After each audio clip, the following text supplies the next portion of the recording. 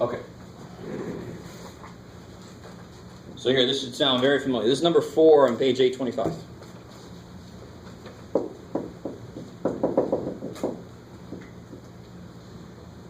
Let's see, Mallory's Mazda travels 280 miles, averaging a certain speed.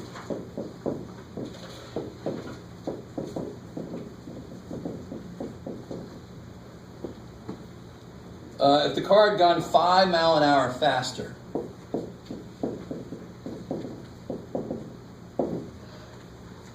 then she would have done, the trip would have taken 1 hour less.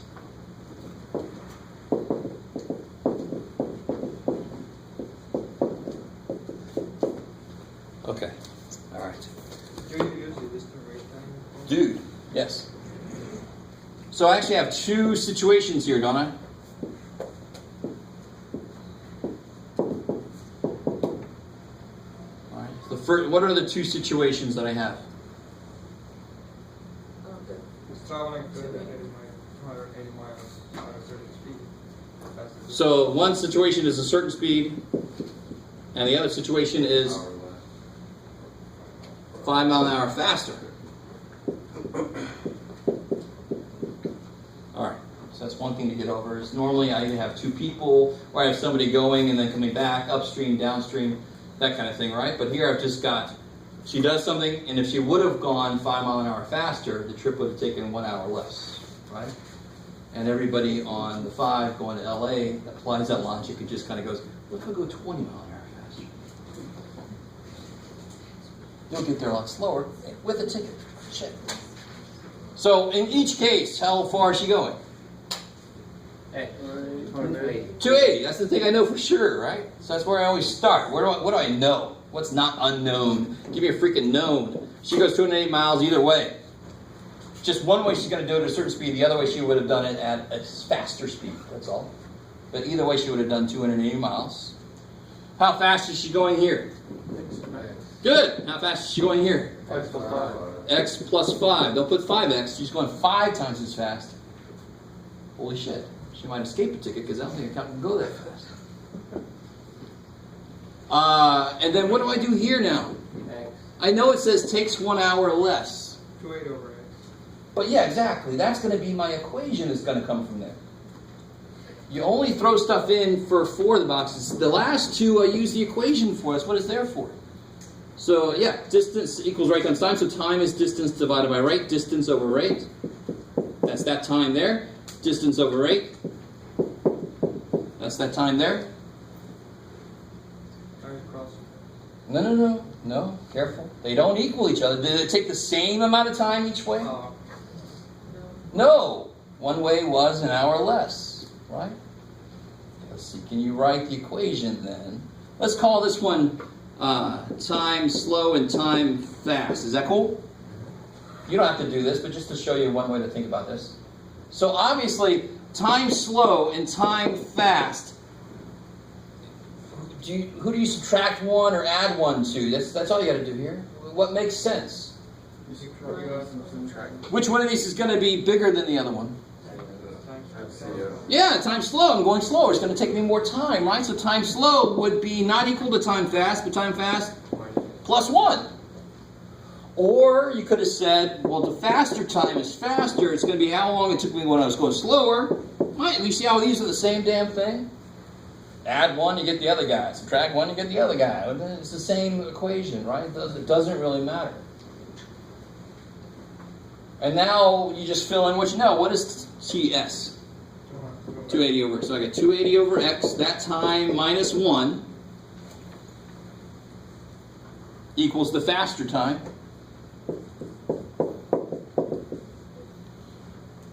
Coolness. And of course, if you do all your work, you come up with a negative answer, you know you put the minus 1 and plus 1 in the wrong place, right? And this one's not as easy as we hoped. It's not just cross multiply. What do I have to do here? LCD. Yeah. This is 1 over 1. He needs this. He needs that. He needs everything. I love it. So yeah, you can finish it up. All right, well, let's go ahead and finish it up. So this will be 280 times what he needs. and then he needs both of them, and then he needs x. Do you see how I kind of just went straight there? I can make all the bottoms the same, but then what am I immediately going to do? Kill them. So I'm just going to kind of rewrite it, giving them what they would have needed. Again, this is a shortcut, so if you're not comfortable with that.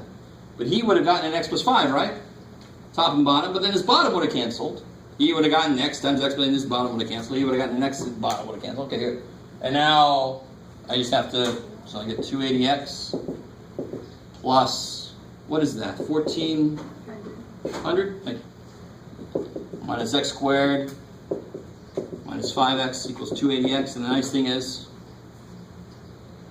do you see a nice thing? 280x cancels. So then I get 1400 minus x squared minus 5x equals 0. That kind of looks bad. You move everything to that side. X squared plus 5x minus 1400. That looks better. Make my x squared positive. Is everybody cool with that? I added, subtracted. That's how I can do this. It's always a little harder if you make your x squared term negative. So don't. First thing I try is what? Factor.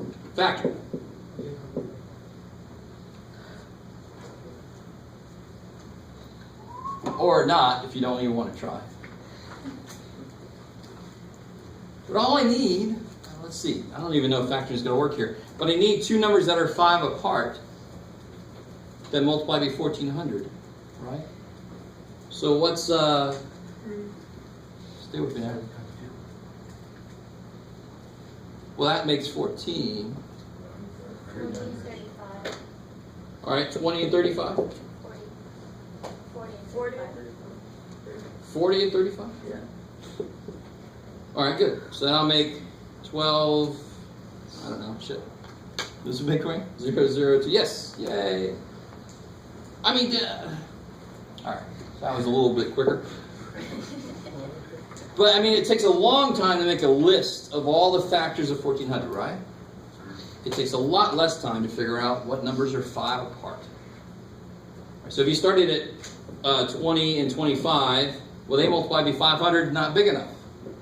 30 and 35, well, they multiply by 1050, not big enough. 40 and 30, hey, all right. See, then it becomes Price is Right game.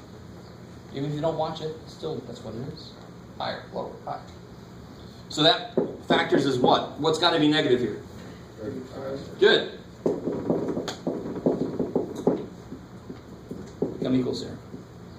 So x is either negative 40 or x is 35. Which one of those makes no sense? And the only reason it doesn't make any sense here, in general, it's fine. It's just a number. But here, it's got to be a speed. And you cannot go negative 40. I don't care if you're going backwards. Speed is positive. Velocity could be negative because it has direction. So x is 35. That means what? That's the speed that she did go, right? And what's the speed she could have gone? 40 miles an hour. And math goes, no, you didn't math. You said negative 40. Dumbass. Don't call math a dumbass. It might come get you. When you're sleeping. Alright. That was kind of gruesome. But, I mean, do you realize the setup, everything? This is old news. This is news I think you wish would have stayed back in the past, but too bad. But it's nothing new to learn. You set up the equation, you handle it. This one happened to be factorable. If it wasn't factorable, I would just attack it with quadratic formula. So that's going to happen sometimes. Let's see. Oh, so something that's not new either, but just make sure you guys remember how to do this. Can you solve... here's the formula for gravity. This is truly the gravitational formula between two masses. So you have the moon and the earth separated by a certain distance. They use r for a radius, right? But it's still a certain distance. You can see how much force of gravitational pull they exert. So when you drop an apple, I don't know if you know this, the apple exerts the same amount of force on the earth that the earth exerts on the apple. It's just that the apple is much, much smaller. So it's the one that actually moves more. The earth does actually move up to it, just not a lot. That would be really weird. All right, so enough of that. Sorry, I'm going into physics. You stay with me. So you don't even have to know that this means shit anywhere. But I want you to realize these are two masses. These are how far apart they are. This is a constant that we had to work out. This is a constant, and it tells you the force of gravity they feel on each other. Right. So if I stand near somebody, I can figure out how strong the force of a gravitational attraction there is between us. Right.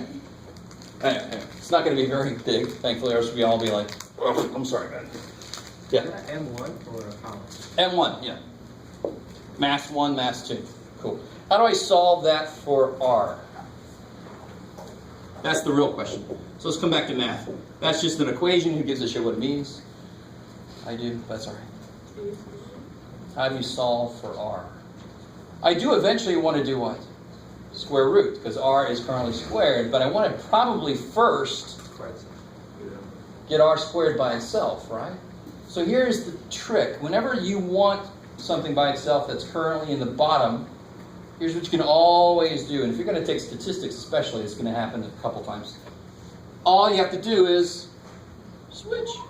Why am I allowed to do that? Because how would you get R squared out of the bottom? Multiply it. And then what would you do with F? Divide it. So do it. Right? Just do it. It's sort of like cross multiplication, sort of, in a way, but then you're uncrossing at the same time. So R squared comes up. F goes down. Is that cool? That's not cheating. That's not just out of nowhere. That's what would happen. And then I can do what? Square root. Square root. Do I put plus or minus? You sure? This is something physical now. That's the trick. This means the distance, so you don't put plus or minus. Because you can't be negative feet away from something that's like in you or something again, right? Quaid. No, you don't want that. So let's see who gets those references. Right, so you get a whole slew of these kind of things. That one was kind of a grosser one I wanted to show you, but you have a whole bunch of functions that have squares in them that you have to solve for the letter. Right, so you should be used to manipulating only letters by now. So you got a whole little section of that. You're going to have to square root somewhere. That's why it's in the quadratic section. Okay. So that's 13.4. That's it. That's all there is of 13.4. Any questions from that? So you have the stuff we just did, the letter stuff, and old news word problems. Nothing new to learn. Distance, rate, times in there. There's some work problems in there, 1 over x and 1 over 2, blah, blah, blah. But your equation could end up being something that needs quadratic formula. That's the new thing. Okay. 13.5 I made extra credit, but I want to talk about a little something out of it real quick, and then we'll take a break.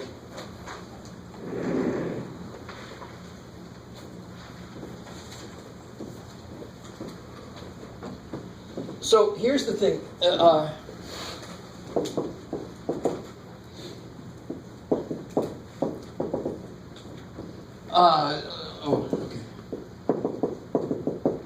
Which one of these can we solve by hand at the moment? We can totally solve the top one by hand. The bottom one, I told you their formula exists, but I didn't tell you what the formula was. Because it's gross. That's what Cardano did, the weird dude. Now why? What is it about this specifically that says this one can't be solved? And then what if I throw this at us? Can I solve that one by hand? Yes. And I'll tell you the answer is yes. This I can do, this I can do, this I cannot do. That looks like another x. Oh, 2. Why can I do that one? Because what's the middle degree? And why does it make sense that it has, if I wanted to factor this, I know I can't, but if I wanted to, what would I start with? First x squared would be xx, and the middle term picks that 1x up. So what's got to be true about the middle degree compared to this? It has to be half, because if I try to factor this dude, what would I put first? x4 is? X squared. And see, that's going to go in the middle term. So as long as the middle degree is half of the first degree, it's called reducible to quadratic. And what that means is if I want to use quadratic formula on here, I really can't. Do you guys see why? Let me see if you guys can get this. Normally I'd start with quadratic. What would quadratic say for this guy? Start me off. It would say what? It would say x equal, who cares? Now, so where's this guy got to start? It wouldn't be x equals, it would be x squared equals. Now, you could use u substitution if you wanted to. I'm trying to show you that you really don't have to. So when you do this, you'll get some answers. So let's say you do all the work, you do the negative b plus or minus blah, blah, blah, right? You do all that work, and let's say you get here, plus or minus 6. Well, what's the last thing you got to do? Square root. Maybe. So I have x squared equals 6, or x squared equals negative 6. Square root. The minute I square root, I plus or minus. So I get x equals plus or minus square root of 6, or x equals plus or minus square root of negative 6, so it's going to be I. good. I square root of 6 still, right? I don't know what the square root of 6 is. How many answers is that? 2. Careful. 4. Plus or minus that, plus or minus that. Why does it make sense I got 4 answers? Because the damn thing was to a 4th power. Maybe. So, is this in a form that I can handle? Yes, because the middle degree is half the first degree. That's all that you need to have happen. So is this in a form that I can handle? This is gross. Oh, this is gross, Jeff. Oh, it's too bad. Yes. Yes. What the? Now here's the trick. What's A, B, and C? What's acting like X here? This whole thing, right? So what's A, B, and C? What's in front of this? Yeah, A is 1, B is negative 1, C is negative 10. Cool. I like Would it. there be 5 answers for that one? 10 answers. Because it's 10th power. Holy schlep. Move. So 13.5 again. This is like advanced 13.5 questions, so they're not going to be this weird. But it would need 10 answers. Right? Because it's the 10th power. Some of them will be real, and some of them will be complex. Cool. Alright, but again, 13.5 is extra credit. Right. So let's take a break, and then we'll pick it up in 13.6. Come back at 15 after.